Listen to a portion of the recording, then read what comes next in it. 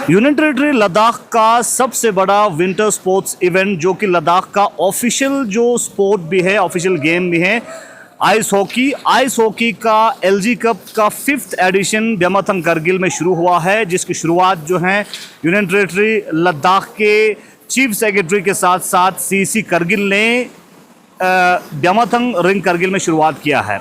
इस साल की बात करें, इस साल 15 टीम पार्टिसिपेट कर रहे हैं, 10 मेंस और 5 वीमेन टीम पार्टिसिपेट कर रहे हैं। और इस साल ब्यामाथंग जो आइस हॉकी रिंग है, पिछले साल के निस्बत में बड़े पैमाने पे इसको बनाने की कोशिश किया है। और इस रिंग चूँकि इंटरनेशनल स्टैंडर्ड का है, और इसके साथ साथ जो आइस हॉकी के इंटरनेशनल स्टैंडर्ड के जो फैसिलिटीज़ और इक्विपमेंट्स भी पेश किया है, जिसमें प्रॉपर जो डैशबोर्ड्स हैं, जो इंटरनेशनल स्टैंडर्ड्स के डैशबोर्ड्स भी यहाँ पे लगाए गए हैं।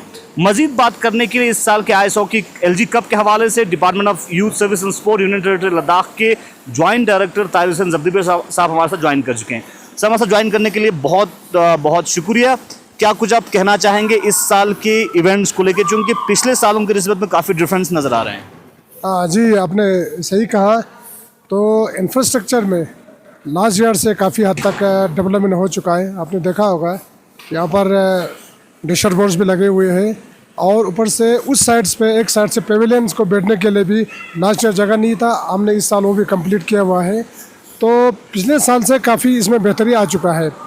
तो आने वाले दिनों में जो बाकी 3 साइड्स में अभी आपने देखा है कि वहाँ पर पेविलियन नहीं है, उसके लिए हमने एक डिटेल प्रोजेक्ट रिपोर्ट हमने बना हुआ है। तो बहुत ही जल्द हम एडमिनिस्ट्रेशन को वो सबमिट करेंगे। तो होपफुली कि नेक्स्ट फाइनेंशियल ईयर में हमें ये पेविलियंस वगैरह भी इन प्लेस होगा। तो साथ ही साथ इस साल और लास्ट ईयर की उसमें फ़र्क ये है, एक तो यहाँ थोड़ा इस साल मैक्सिमम हमारे टीम जो है वो ज़्यादा है लास्ट ईयर से। मेंस के हमारे 10 टीम से और वुमेंस के 5 टीम से। इसके अलावा परसों हमारे यहाँ स्पीड स्केटिंग का भी मुकाबला होगा, और फाइनल में एक तो स्पीड स्केटिंग होगा, आइस हॉकी फाइनल होगा, इसके साथ एक डेमोन्स्ट्रेशन कर्लिंग्स का भी होगा। तो उसके लिए इक्विपमेंट्स वगैरह आ रहा है। होपफुली अगर वो भी हो जाएगा तो लोगों को एक नया आइस इवेंट्स जो डिसिप्लिन है, नया जो है स्पीड स्केटिंग और कर्लिंग को यहाँ करगिल में लोगों को देखने को मिलेगा। सर, पूरे लद्दाख भर से जो आइस हॉकी के टीम्स हैं, इंक्लूडिंग इंडियन आर्मी और आईटीबीपी के टीम्स यहाँ पे शिरकत कर रहे हैं, मेंस और वीमेंस दोनों का। तो इसको मद्देनज़र रखते हुए इस टूर्नामेंट के स्टैंडर्ड को बढ़ाने के लिए किस तरह की मैनेजमेंट आप लोगों ने किया है? क्योंकि हम देख पा रहे हैं लाइव स्ट्रीमिंग भी है, आपका स्क्रीन भी दिखाई दे रहे हैं, तो उसको सजाया भी है, तो क्या कुछ कहेंगे? देखिए, इसमें ऐसा है, इससे पहले तो कारगिल में आइस हॉकी एसोसिएशन ही इस्टेब्लिश नहीं हुआ था, बने नहीं थे, फॉर्मेशन नहीं हुआ था। तो इस साल बच्चों ने अच्छा अपना इतिहाद व इत्तेफाक का मुजाहरा किया है, और अच्छा एक यूनियन भी यहाँ पर बन गया है। तो सारा काम जो है मैं दाद देता हूँ हमारे यूनियन के बच्चे लोग, ये बहुत मेहनत कर रहा है।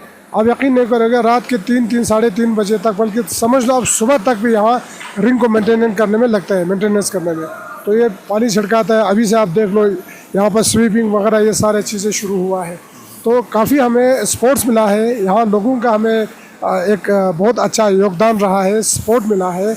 और जो जितने भी आइस हॉकी के लवर्स होंगे, हम समझें विंटर गेम्स में जो लवर्स है यहाँ पर, जो विंटर गेम्स को ज़्यादा पसंद करते हैं, सबों ने बहुत बड़ी हमें यहाँ मेहनत की। साथ साथ मैं आपको ये भी बताते चलो कि हमारा द्रास में भी ऑलमोस्ट हमारा रिंग तैयार हो चुका है।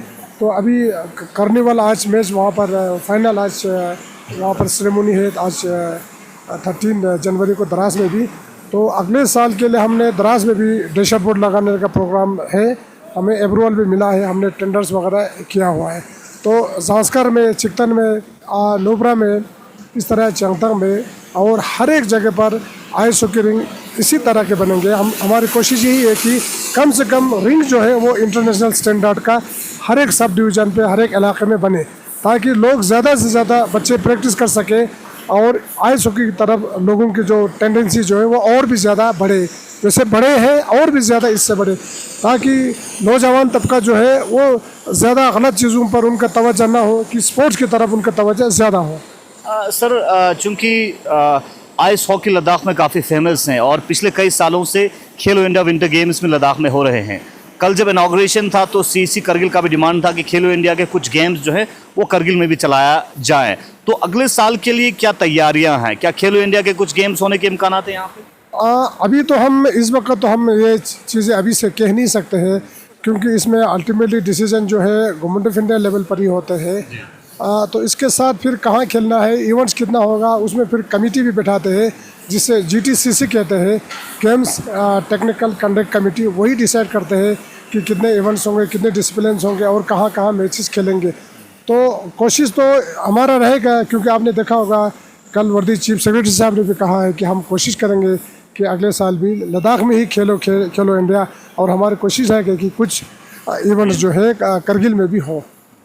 सर, करगिल लेह में भी इंटरनेशनल स्टेडियम्स बन रहे हैं और करगिल में भी इंटरनेशनल स्टैंडर्ड के स्टेडियम्स बन रहे हैं। पिछले कई सालों से कुर्बथंग एरिया में इंटरनेशनल स्टैंडर्ड के जो आइस हॉकी रिंग बन रहा है, जहाँ पे बताया जा रहा है कि इंटरनेशनल मैचेस भी वहाँ पे होंगे। तो क्या अपडेट है उस स्टेडियम का? नहीं, वहाँ पे तकरीबन इस वक्त आप देखेंगे तो इंफ्रास्ट्रक्चर तो वहाँ पर जो मेन स्ट्रक्चर बनना था वो स्ट्रक्चर बन चुका है। अब वहाँ पर सिर्फ 24/7 लेह की तर्ज पर मैकेनिकल चिलिंग का अभी इशू है। उसके लिए हमने रिसेंटली रिवाइज DPR बनाया है और हमने सबमिट भी किया हुआ है। अभी प्लानिंग डिपार्टमेंट के पास हमारा DPR पड़ा हुआ है, तो हम भी कोशिश कर रहे हैं कि अगर वो अप्रूव हो जाए तो सिमिलर स्टैंडर्ड का उम्मीद है कि करगिल में भी मैकेनिकल चिलिंग टाइप का आइस हॉकी जो रिंग बने हमें। सर जी, सर से आपने जो बाकी दो साइट्स के आपने जिक्र की, जो तीन जो एरियाज हैं, तीन जो फेसेस हैं, वहाँ पे अभी भी जो सिटिंग जो अरेंजमेंट्स नहीं हुआ है वो नहीं बना है। तो आपने कहा कि जो उसके लिए प्रोजेक्ट्स बनाए गए हैं, तो किस तरह की प्रोजेक्ट आप लोगों ने सबमिट किया है? तो कैसे बनेगा जब यहाँ पे बनेगा? यहाँ पे अगर बनेगा तो एक तो तीनों साइड से आपको, आप देख रहे हो यहाँ से तीनों साइड में लोगों के लिए, स्पेक्टेटर्स के लिए बैठने के लिए जगह बनेगा। और जहाँ ये VIP गैलरी है, हमने उस DPR में VIP गैलरी को भी बहुत साइड से विंग्स को एक्सटेंशन करने के लिए दिया हुआ है। तो हमारा DPR तैयार है। तो उम्मीद है कि नेक्स्ट जब न्यू प्रोजेक्ट्स गवर्नमेंट अप्रूव करेंगे UT एडमिनिस्ट्रेशन, तो उस वक्त होपफुली कि हम इसको हम प्रायोरिटी पर रखेंगे। सर, इस साल के आइस हॉकी LG कप लगातार बड़े एक एंथुसियाज्म के साथ आइस हॉकी के थ्रिलिंग मैच हमें देखने को मिल रहा है। क्या कुछ आप लद्दाख वासियों को और युवाओं को मैसेज पहुंचाना चाहेंगे? लोगों को मेरा यही मैसेज है कि पढ़ाई के साथ साथ गेम्स की तरफ भी काफ़ी ध्यान देना चाहिए, स्पोर्ट्स की तरफ, क्योंकि एक तो अपने हेल्थ के लिए, सेहत के लिए तो ये फ़ायदेमंद है ही है।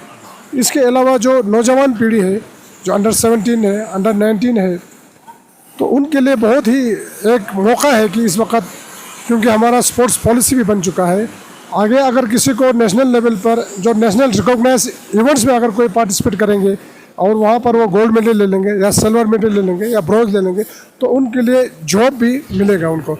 तो एडमिनिस्ट्रेशन ने जॉब रिजर्वेशन 4% के लिए JD और सोशल वेलफेयर डिपार्टमेंट को स्पोर्ट्स पॉलिसी बनने के बाद नोटिफिकेशन जारी करने के लिए भेजा हुआ है।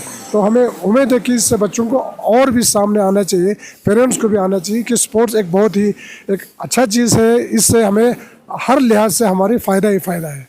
क्योंकि सर आपने लद्दाख स्पोर्ट्स पॉलिसी का जिक्र किया, तो स्पोर्ट्स पॉलिसी बनने के बाद अब जो आइस हॉकी और बाकी गेम्स में जो परफॉर्मेंस करेंगे उनको जॉब अपॉर्चुनिटीज़ किस हद तक मिल सकता है? नहीं, मैंने पहले भी आपको यही जिक्र किया था कि इसमें रिकॉग्नाइज इवेंट्स होने चाहिए, नेशनल लेवल के रिकॉग्नाइज इवेंट्स और इंटरनेशनल लेवल के रिकॉग्नाइज इवेंट्स। अगर कोई इवेंट रिकॉग्नाइज नहीं होगा, चाहे चैम्पियनशिप भी क्यों ना हो या एशियन कहीं जगह पर खेलते हो या गल्फ कंट्रीज़ वाला ऑर्गेनाइज करते हो, अगर वो रिकॉग्नाइज इवेंट्स नहीं होगा तो उनके लिए स्पोर्ट्स पॉलिसी के अंदर वो जो उनके लिए फैसिलिटीज़, उनके लिए जो बेनिफिट दिया हुआ वो उनको नहीं मिलेगा। जैसे हमारा school games federation of India के जितने भी इवेंट्स होते हैं वो गवर्नमेंट रिकॉग्नाइज इवेंट्स है। इसी तरह खेलो इंडिया के 4-5 अभी एडिशंस बन गया अलग अलग, पम्पसे का अलग बन गया, विंटर गेम्स का अलग बन गया। अब तो first time government of India ने अभी इस साल इंट्रोड्यूस किया है, वो छत्तीसगढ़ में होगा हमारा ट्रैवल खेलो इंडिया ट्रैवल गेम्स। तो उसमें भी लद्दाख का टीम होपफुली हमारे 1-2 उसमें डिसिप्लिन में, खासकर आर्चरी में और 1-2 डिसिप्लिन में हमारा पार्टिसिपेट करने का इस वक्त चांसेस है। तो इसीलिए मैं ही कहूँगा कि रिकॉग्नाइज इवेंट्स होना बहुत ज़रूरी है। चलिए, आने वाले समय में लद्दाख में जो प्लेयर्स हैं, गेम्स खेलने वाले, इनको एक बहुत बड़ा प्लेटफॉर्म मिल सकता है और साथ ही साथ LG आइस हॉकी कप का जो मुकाबले हैं वो लगातार आइस हॉकी रिंग ब्यामाथंग में जारी है और स्पोर्ट्स पॉलिसी बनने के बाद लद्दाख के युवाओं को जॉब अपॉर्चुनिटी के हवाले से एक बड़ा अपॉर्चुनिटी मिल सकता है अगर वो रिकॉग्नाइज्ड इवेंट्स में नेशनल एंड इंटरनेशनल गेम्स में बेहतरीन परफॉर्मेंस करते हैं। आप देखते रहें गुलिस्तान में तौर पर के अपडेट्स के लिए।